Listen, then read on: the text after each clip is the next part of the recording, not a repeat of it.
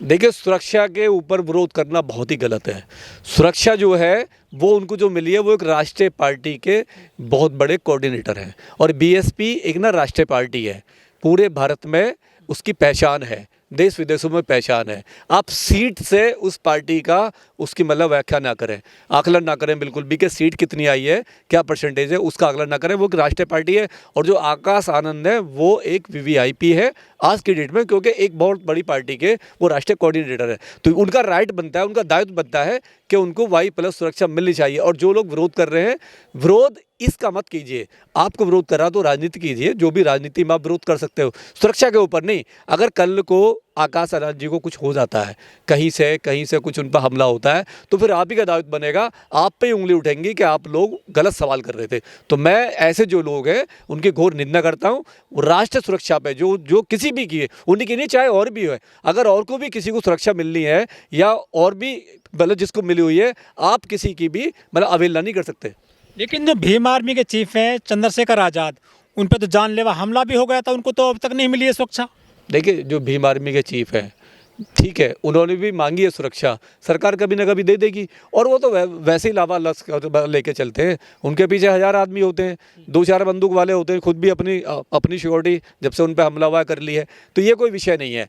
जब सरकार को लगेगा रियल में उनकी जान को खतरा है या उन पर और हमले हो सकते हैं, तो सरकार दे देगी। और हम भी और सरकार से डिमांड करते हैं, हम भी डिमांड करते हैं। मैं भी डिमांड कर रहा हूँ। पहले इंटरव्यू जब उन पर गोली चली थी तो मैंने इंटरव्यू दिया था, मैंने डिमांड करी थी। तो मैं फिर डिमांड कर रहा हूँ कि चंद्रशेखर को भी, और भी जितने लोग हैं, जितने भी सामाजिक कार्यकर्ता हैं जो सरकार के निशाने पर रहते हैं, सरकार से आए दिन सवाल पूछते हैं, उनको भी सुरक्षा मिलनी चाहिए। तो आकाश जी को जो भी सुरक्षा मिली है, हम उसका वेलकम करते हैं, और ये उनका राइट बनता है। देखिए, वो एक बहुत बड़ी पार्टी के एक वाला राष्ट्रीय कोऑर्डिनेटर है, और जब कोऑर्डिनेटर होता है तो कहीं ना कहीं जो दूसरे लोग हैं उन पे एक मतलब एक वो ना उन पर नज़र भी रहती है, और कहीं ना कहीं उनकी जान को खतरा भी होता है, उनके ऊपर कुछ भी हो सकता है। तो सरकार का हम इसके लिए तो स्वागत करते हैं।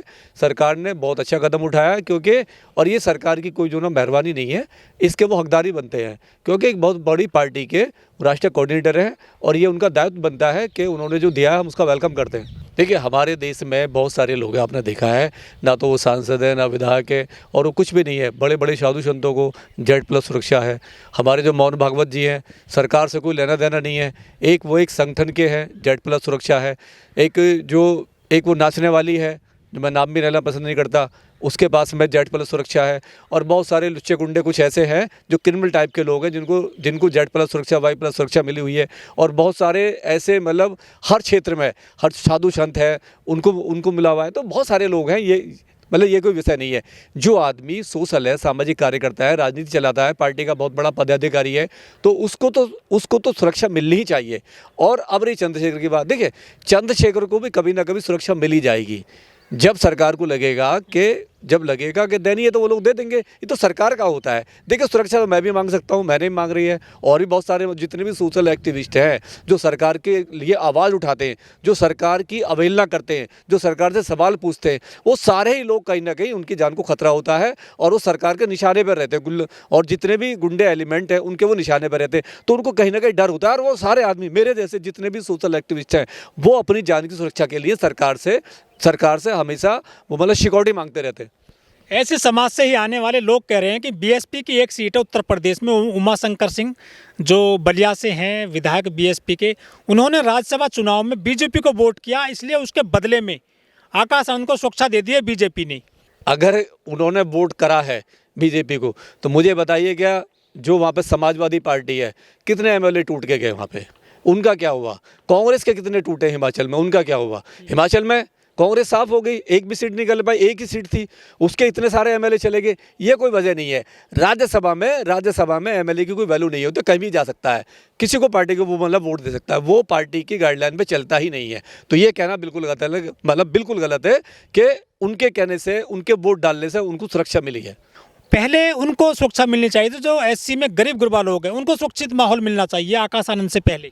नहीं, ये कोई वजह नहीं है। देखिए, क्या है, आकाश आनंद की सुरक्षा अलग है, वो एक बड़ी पार्टी के हैं, वो एक बहुत बड़ी पार्टी के राष्ट्रीय कोऑर्डिनेटर है, उनकी सुरक्षा मिलना बहुत बड़ी बात है। एक वो पार्टी को लेके चल रहे हैं। अब रही और लोगों की बात, देखिए, जितने भी सोशल एक्टिविस्ट हैं उनकी जान को खतरा हमेशा रहता है। जितने भी गुंडा एलिमेंट हो लोग होते जिनके खिलाफ वो खड़े होते हैं, जिनके सरकार के खिलाफ और खिलाफ, तो उनकी तो जान खतरा बना रहता है। उनको तो सुरक्षा बहुत मुश्किल होती है मिलना।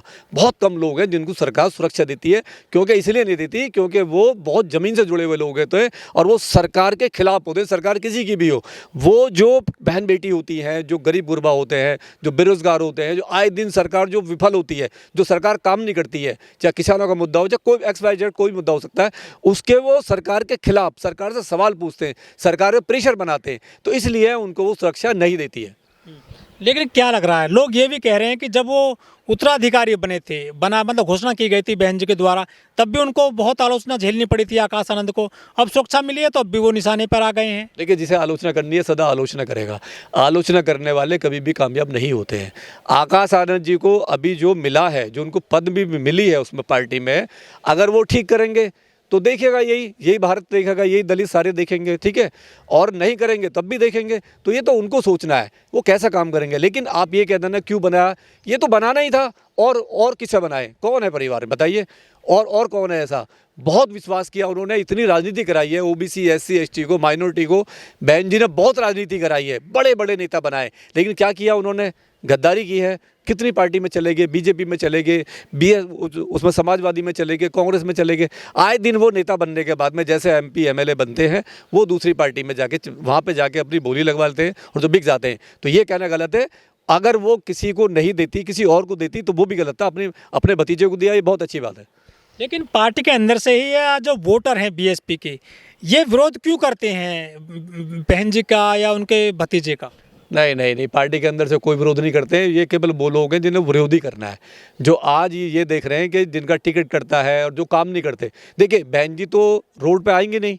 ये जो कार्यकर्ता है, ये जो कार्यकर्ता जो होते हैं, ये जो दलाल टाइप के लोग हैं, जो पद तो ले लेते हैं, पद ले लिया और काम नहीं करते और ना ही लोगों को काम करने देते हैं, और वही लोग उंगली उठाते हैं। उन्हीं लोगों का काम है उंगली उठाने का।